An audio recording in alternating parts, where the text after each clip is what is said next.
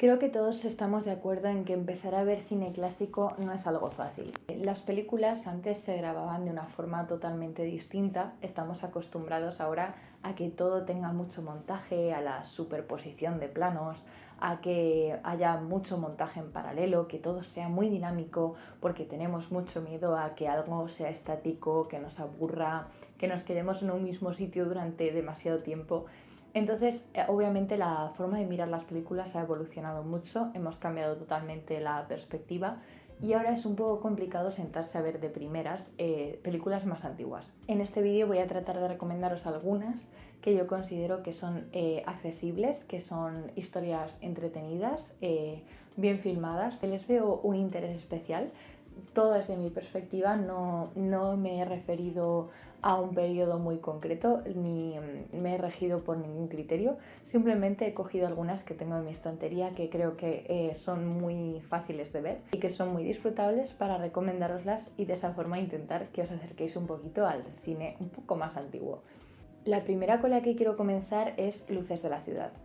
Voy a intentar ir de forma cronológica con las películas y esta sería un poco la representante que elijo yo del cine mudo. El cine mudo tiene exponentes que a mí me gustan mucho, aparte de Charles Chaplin, por ejemplo, Buster Keaton es un gran director, pero a Chaplin le veo la ventaja de que no solamente es un cómico, sino que además tiene un concepto muy bonito del amor, de la ternura, de la generosidad por el otro.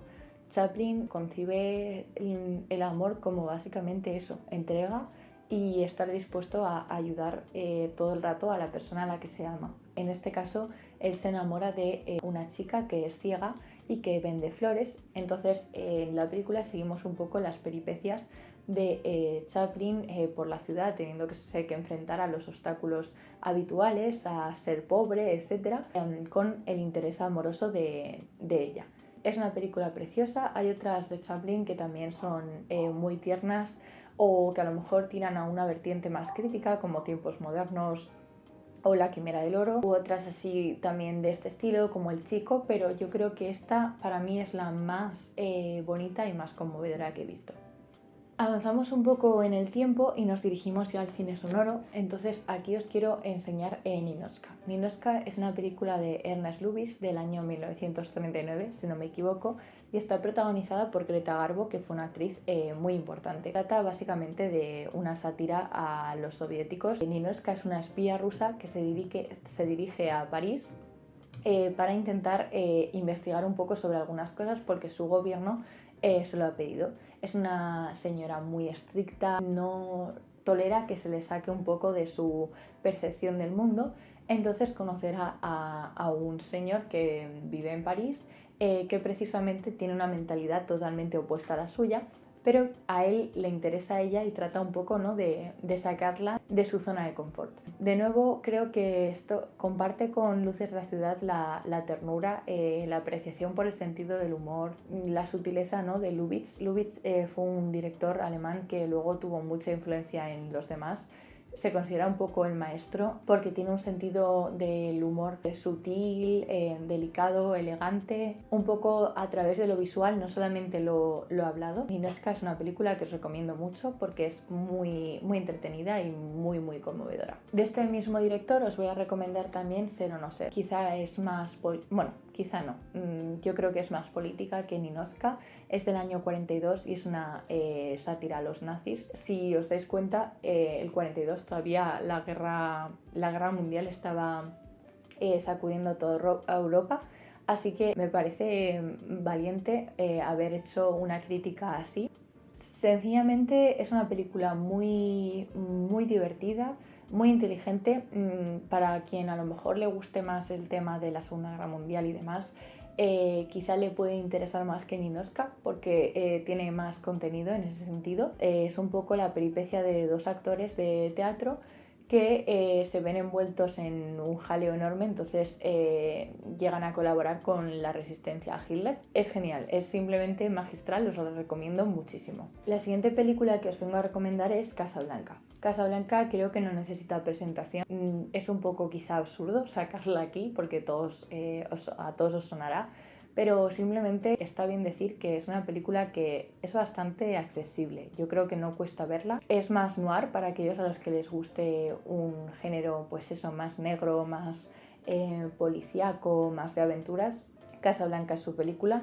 Por supuesto, hay un interés amoroso muy dramático que tiene una historia detrás terrible, también para aquellos a los que les guste ese tipo de salseo, un triángulo amoroso incluso. Es una película mítica que ha dejado frases para la posteridad, a la que han copiado de forma descarada muchísimas veces y bueno, es una película icónica y creo que es fácil de ver, la verdad, y que es muy disfrutable.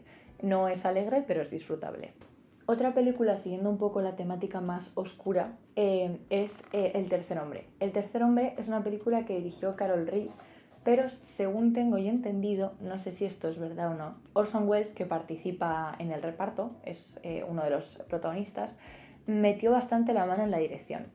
Yo no sé si metió mano o si hay influencia de él. Creo que sí, porque se nota la maestría en algunos planos.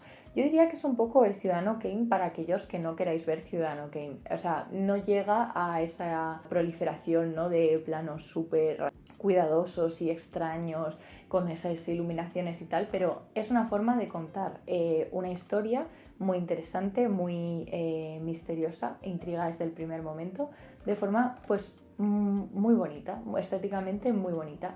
Yo creo que es una película que habla sobre la maldad humana y de cómo el amor interactúa un poco con esa maldad, ¿no? O sea, hay una historia muy que enseguida te atrapa, de un misterio que hay que resolver, pero en el fondo a mí me ha dado mucho que pensar eso sobre cómo de culpable es alguien que defiende a un culpable sabiendo que lo es. Y nada, un amigo escritor se entera que su amigo de toda la vida, que vivía en otra ciudad, ha fallecido y bueno, se dirige a la ciudad y no diré más porque no quiero hacer spoilers. Otra película que me encanta del ámbito juicios es 12 hombres sin piedad. 12 hombres sin piedad es una película dirigida por Sidney Lumet que no sé si antes era una obra de teatro, creo que sí. Creo que de obra de teatro pasó a ser película. Está grabada toda en una misma sala, que es la sala en la que 12 hombres discurren sobre si consideran culpable o inocente a una persona. En caso de que la declaren culpable por unanimidad, tiene que ser unánime, esa persona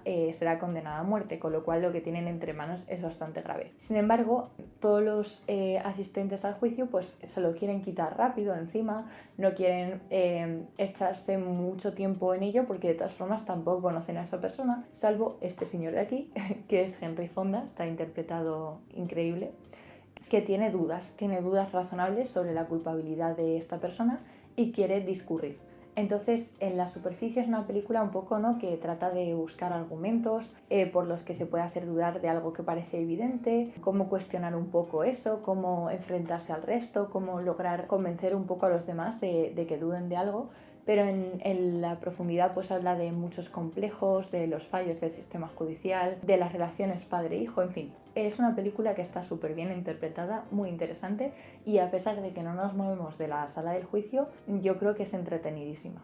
Ahora voy a hablaros un poco de un director que a mí me encanta, que es Billy Wilder. Billy Wilder es uno de los directores que tiene una influencia enorme de parte de Ernest Lubitsch y que supo exprimir todo lo que su maestro le había enseñado y hacerlo incluso yo creo que mejor.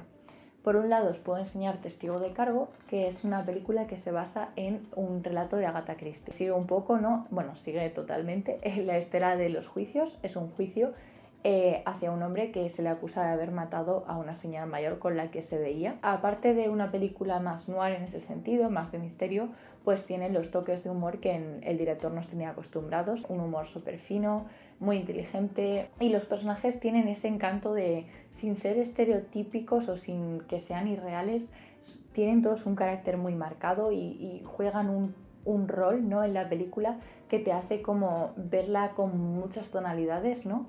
Disfrutarla mucho. Es una película entretenidísima que además tiene un plot twist final enorme que os va a encantar. De otras de Billy Wilder que os puedo recomendar, todas. Realmente yo creo que todas las películas de Billy Wilder son buenas. Creo que no hay ninguna que sea mala. Obviamente la más importante de todas y la más bonita a mi parecer es El apartamento del 1960. Trata un poco de... O sea, es un romance entre dos empleados de una oficina, pero es mucho más que eso, porque es una crítica a las relaciones de poder, a las dinámicas que se dan entre jefe y subordinados, una crítica al sistema de producción en cadena capitalista impersonal, y a la vez pues se construye de forma súper bonita y a fuego lento la relación entre estos dos personajes que están interpretados por Jack Lemmon y Shirley MacLaine. Es una película encantadora que os recomiendo muchísimo. En un tono un poco menos dramático está Irma la Dulce, en fin, tiene muchas comedias como Avanti también, que son películas más ligeras que no tienen carga dramática, pero todas son igual de disfrutables. Sí que es cierto que tanto en esta película Irma la Dulce como Con Fantasía a lo Loco se tratan temas que a lo mejor tiene una mirada un poco, quizás retrógrada, es una palabra muy fuerte, pero sí, me entendéis, ¿no? Un poco anticuada sobre ciertos temas sociales, pero en otros, sin embargo, Billy Wilder demostró tener una gran agudeza y una gran empatía. Están ahí, a mí no me molestan particularmente, pero es algo que es verdad que tengo que hacer disclaimer de que no todos los temas los trata con la misma modernidad, por así decirlo. Luego un director que es increíble, al que yo admiro un montón, se llama William Wyler. William Wyler puede ofrecerte una película como Vacaciones en Roma. Bueno, en este caso no sé por qué está en horizontal la portada, no entiendo. Es un romance entre una princesa que para en Roma para hacer una serie de eventos diplomáticos y demás, y un periodista que se la encuentra una noche, que ella decide que está harta de todo y decide salir y escaparse.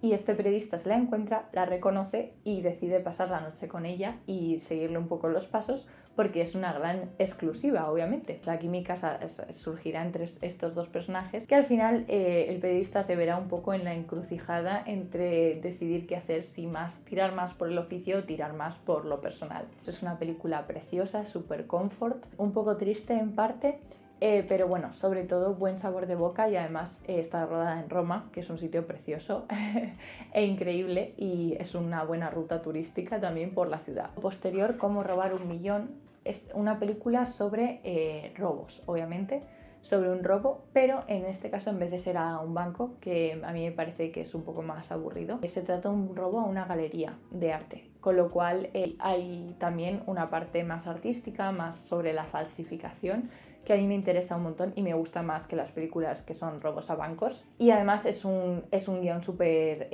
inteligente, súper ingenioso. De hecho, un robo de la vida real se basó en la estrategia de esta película, para que veáis si realmente es algo que tiene sentido y que es bastante interesante. También de este mismo director, no la tengo en físico, pero os recomiendo La Calumnia. La Calumnia es una película muy dramática protagonizada por Shirley MacLaine y Audrey Hepburn, que trata de forma paralela, por un lado, la mentira, como su propio nombre indica, el tema de cómo una mentira puede destruir la vida de alguien y qué lleva a alguien a mentir, y luego el tema de LGTB, de forma como muy, muy actual para el momento en el que está. De hecho, hay un monólogo de Shirley MacLaine que cuando llegue prestadle atención porque os va a flipar. Y hasta aquí mis recomendaciones de películas que ver. Sé que no tienen un criterio en particular, son un poco las que tengo y a mí me gustan y creo que son fáciles de ver. No todo el mundo compartirá la opinión, pero bueno, yo humildemente os las dejo por si las queréis ver. Y por supuesto estoy abierta a cualquier recomendación. Chao.